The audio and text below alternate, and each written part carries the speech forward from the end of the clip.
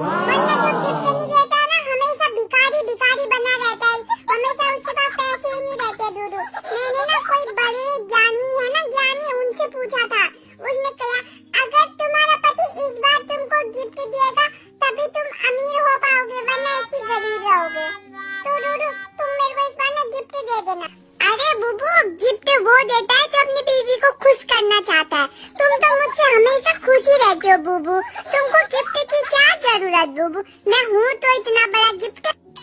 यार क्या करूँ डूडू, उसने कहा डूडू कहा मेरे से कहा अगर देख बिटिया तेरा पति तेरे को इस बार गिफ्ट नहीं देगा करवा चौथ में